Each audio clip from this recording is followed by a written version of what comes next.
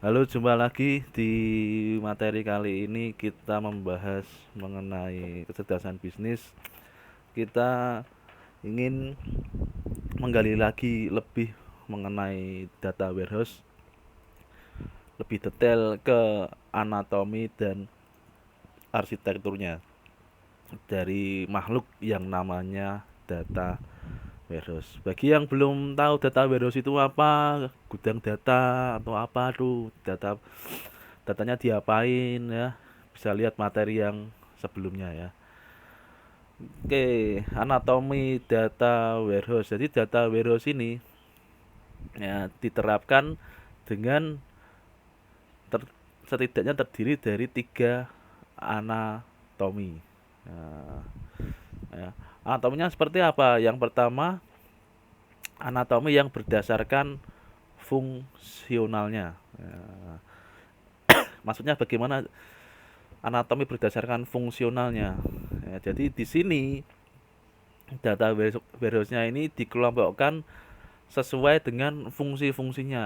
Nah, baru setelah itu dikirimkan datanya yang telah diolah atau bisa diolah di klien juga dari data yang telah dikelompokkan. Nah, dikelompokkannya pun menurut fungsinya. Jadi kalau yang data warehouse yang untuk keuangan ya dia punya data warehouse sendiri, data warehouse marketing punya sendiri personalia dan lain-lain ya. Seperti apa sih ini ya gambarannya ya, data warehouse yang anatominya berdasarkan fungsionalnya. Nah, ini kita lihat ini. Ini ada source ya.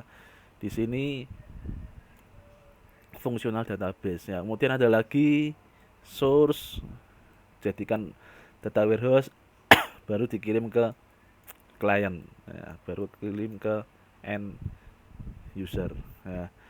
Jadi gampangnya gini, ini misalkan database pembelian, ini database apa misalkan penjualan, ya dikumpulkan ke data warehouse yang hanya bisa read only, hanya bisa dibaca saja. Nah, di sini jadi namanya misalkan data warehouse keuangan. Nah, itu ya. Jadi gelombangnya ini juga sama nih. Ini ada data eh, promosi atau data rekrutmen, dan di sini ada database lagi yang namanya database payroll. Payroll dikumpulkan di satu database namanya database personalia. Kira-kira gitu. Nah, dari sini kita sudah melihat setidaknya ada gambaran. Nah, ini misalkan nih satu perusahaan yang sama menata data warehouse-nya seperti ini. Dari sini sudah kelihatan kelebihan maupun kekurangannya. Dari kelebihannya dulu, keuntungannya. Apa data warehouse seperti ini keuntungannya ya? Sistemnya mudah dibangun. Ya, mudah dibangun dan relatif murah ya. Ya karena nafasnya kan masih sama nih, pembelian penjualan kan sama nih, masih sama. Ya, kalau digabungkan antara pembelian dan payroll mungkin, atau pembelian dan rekrutmen pegawai, apakah bisa? Ya bisa sih, bisa, tapi rada mikir, butuh proses yang makan waktu dan sumber daya ya. Mikir tuh butuh ketemu, meeting, ya, koordinasi dan lain sebagainya. Tapi kalau dijadikan satu pembelian penjualan, nah, sudah selesai, cepat. Ya, kalau pengembangannya cepat, ya pengumpulan datanya cepat, maka hasil laporan dari data warehouse ke klien juga lebih cepat. Nah, kalau terlihat cepat, maka bos akan happy. Ya, wah, karyawan ini kerjanya cepat, di sini kerjanya cepat ya. Kira-kira seperti itu. Dan kekurangannya apa? Kekurangannya konsistensi datanya ini ya, resikonya tinggi. Ya, resikonya tinggi. Misalkan nih, Misalkan di database penjualan ini ada, misalkan ini di sebuah rumah sakit ya, di sebuah rumah sakit jual obat-obatan. Nah, obat dijual ke yang beli karyawannya sendiri, namanya X. Nah, X besar. Nah, ternyata ya, di data payroll itu juga ada karyawan yang namanya X. Ya, tapi X kecil. Nah, di sini kan berarti orang yang sama tetapi ya penulisannya berbeda, yang di sini X besar, yang di penjualan, yang di sini X kecil di payrollnya. Nah, pertanyaannya apakah orangnya itu sama-sama X? Pertanyaannya kalau orang yang sudah tahu oh, itu orangnya sama. Nah, tapi kalau itu baru satu lah, bagaimana kalau orangnya banyak? Ya, itulah yang dinamakan resiko terhadap konsistensi data. Nah, kemudian anatomi data warehouse yang berikutnya, yang kedua, yaitu data warehouse tersentral, centralized data warehouse, terpusat. Ya, dari namanya kita sudah bisa menebak ini bentuk data warehouse-nya terpusat. Nah, jadi dikumpulkan ke sebuah tempat, baru dari situ disebarkan. Gambarannya seperti ini ya. Nah, jadi kalau tadi ada database pembelian, ada database penjualan, nah, ini ada database payroll, penggajian. Nah, dikumpulkan ke sebuah gudang data, ya, gudang data server sendiri atau server secara logical bisa, atau di cloud bisa. Ya. Di sini mulai bisa digabung-gabungkan. Oh, kayak tadi ya, ternyata menjual obat A ke Bapak X itu yang membeli memang karyawan kita. Nah, karena di data warehouse-nya ini datanya sudah dibersihkan, di cleaning ya. Jadi data yang tidak kepake dibuang. Oh, ini orangnya sama ya dah. Tadi kan X kecil sama X besar ya. Ya dah, pilih salah satu saja yang disepakati, X besar. Misalkan seperti itu. Jadi datanya konsisten. Dari sini baru diekstrak ke dalam data-data yang akan dikirimkan ke end user. Ya, diekstrak sesuai fungsionalnya. Ya, fungsionalnya. Ya, misalkan ini namanya keuangan. Ya, ini apa? Misalkan personalia, nah, seperti itu. Ya. Ada kelebihannya, ada. Ini keuntungannya apa? Datanya benar-benar terpadu, konsistensinya tinggi. Nah, tapi juga jangan lupa ada kerugiannya, biayanya mahal. Ya, nama kok mahal? Ini hitung aja nih. Berarti kan ada database satu di sini dan ada database lagi secara fungsional, ada banyak. Ya, jadi costnya banyak. Anggap saja misalkan satu database ini satu server harganya 30 juta. Hitung aja berapa. Itu baru yang paling murah ya. Nah, kemudian kerugiannya lagi selain mahal, memerlukan waktu yang cukup lama untuk membangunnya, betul ya. Nah, waktu yang cukup lama, terus diidentifikasi datanya yang di sini yang masuk apa, kemudian diolah lagi menjadi apa, ya, bayar orangnya juga mahal ya. Kemudian anatomi yang ketiga ya, data warehouse terdistribusi atau distribute data warehouse. Nah, ini seperti apa modelnya? Jadi nanti data warehouse ini ya, dia menggunakan makhluk yang namanya gateway ya, sebagai penghubung. Gateway ini jangan dianggap hanya ada di jaringan komputer ya, pintu keluar untuk mengakses internet, enggak. Nah, jadi gambarannya seperti ini. Ada sumber-sumber data. Tadi misalkan data pembelian, penjualan, ini payroll. Nah, semua data itu dikumpulkan. Ini kalau di cloud computing namanya cloud ya, dikirim ke server. Nah, di sini nanti dia akan saling berproses nih, nyampur di sini, nyampur di sini, terus di sini melakukan cleaning sendiri, ya, memproses sendiri, ya, sehingga nanti di klien dia cuma taunya saya butuh laporan analisa penjualan bulan kemarin. Nah, ini langsung keluar, ya, jadi tidak ribet. Nah, kelebihannya apa? Kelebihannya dengan data warehouse terdistribusi ini, ya, kelebihannya perusahaan dapat mengakses data yang berada di luar lokasi. Nah, jelas ya. Datanya ditaruh di cloud, perusahaan owner bisa mengakses di mana saja, kapan saja, asal punya internet. Nah, keuntungannya yang lain apa? Data konsisten, jelas karena terpusat juga. Ya, ya. Kemudian ada yang namanya proses sinkronisasi. Kerugiannya apa? Kompleks. Nah, kompleks. Dan biayanya paling mahal dibandingkan data warehouse yang lainnya. Kenapa kok mahal? Ya isinya ya sama ini.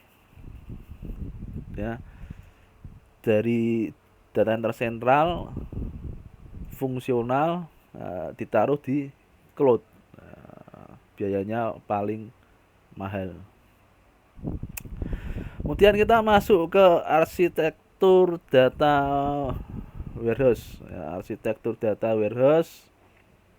Ya, menurut POE, ya, arsitektur adalah sekumpulan struktur yang memberikan kerangka untuk keseluruhan rancangan suatu sistem. Ya, nah ini ya karakteristik arsitektur data warehouse menurut POE. Ya, yang pertama, data diambil dari sistem. Ya, betul ya. Jadi ada basis data, data diambil. Nah, diambilnya pakai apa? Bisa pakai diekspor atau mau pakai query langsung juga boleh.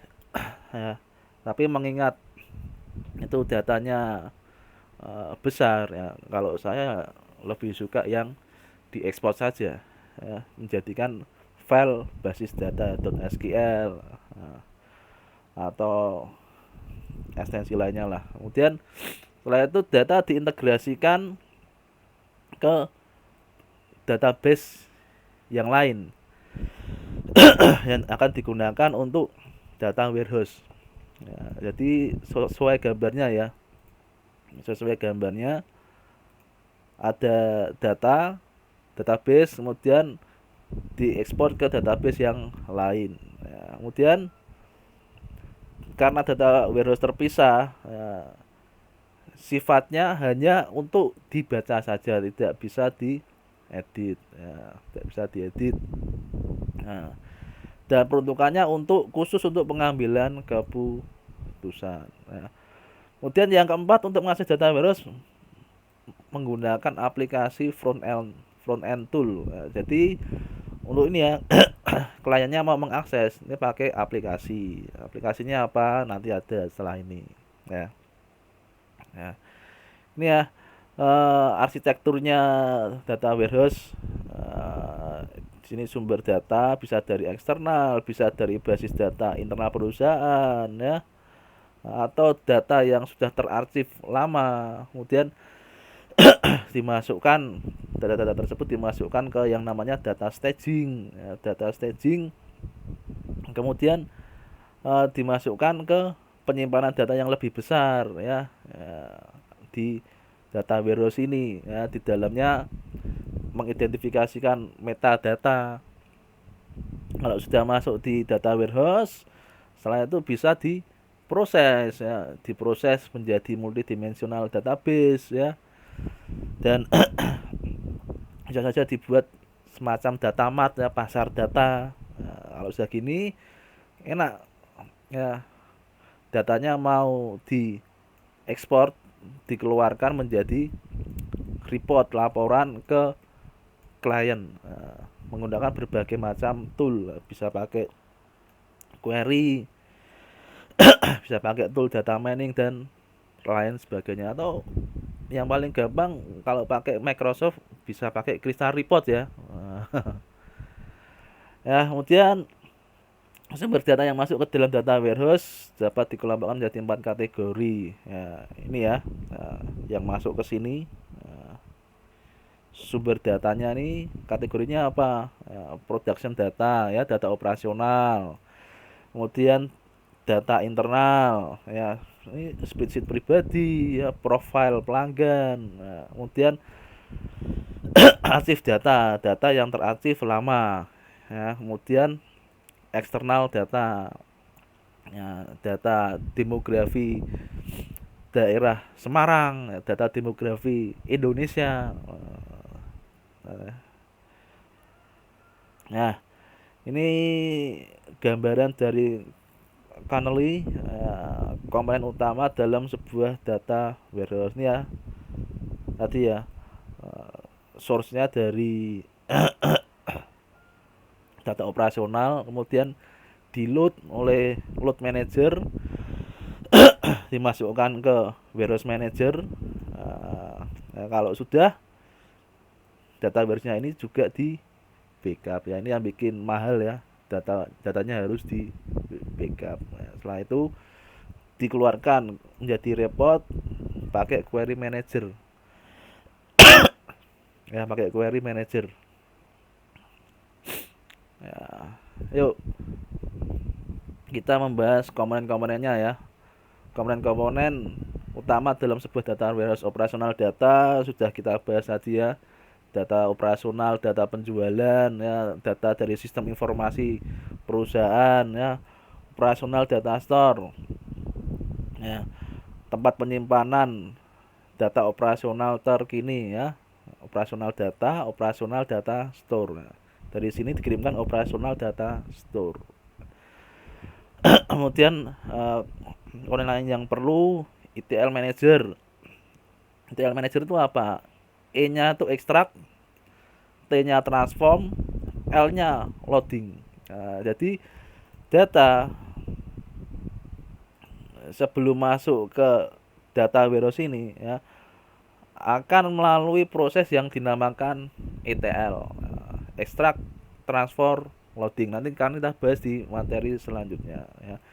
Warehouse manager melakukan operasi berhubungan dengan manajemen data dalam data warehouse, yang dia membuat index, view ya, membuat denormalisasi ya, ini yang menarik ini ya. Kalau sebelumnya di basis data relasional kita membuat normalisasi, database harus dibuat normalisasi ya. Tapi sampai di data warehouse kita melakukan proses denormalisasi ya.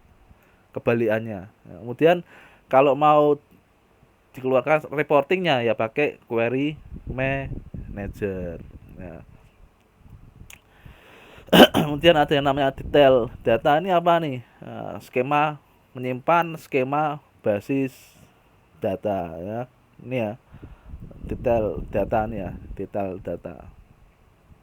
Kemudian like and highly summarize data, mana nih? Ini like and summarize data itu apa sih? Nah, ini ringkasan, berisi ringkasan dari data ya, data yang sudah dibuat oleh warehouse manager diringkas ya. Kemudian arsip data, archive.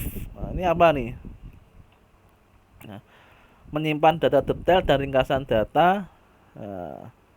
Ini ya, archive. Jadi data yang sudah diproses di warehouse manager ini ya, kemudian disimpan di archive. Gunanya buat apa?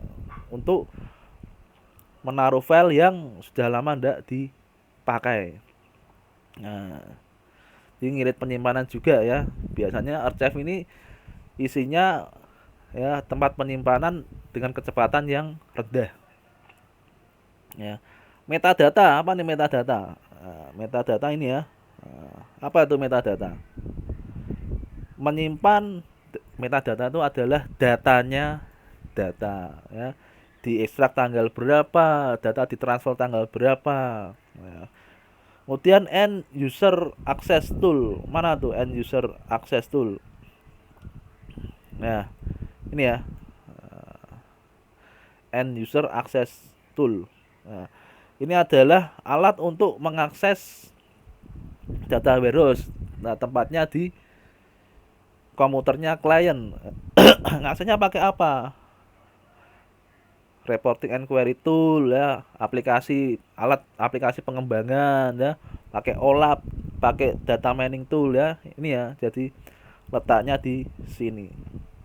Nah, jadi itu komponen utama dalam sebuah data warehouse ya. Jadi gitu materi kali ini mengenai anatomi dan arsitektur data warehouse. Kurang lebihnya mohon maaf, kalau ada yang tanyakan bisa langsung saja di kolom komentar. Saya akhiri, happy coding.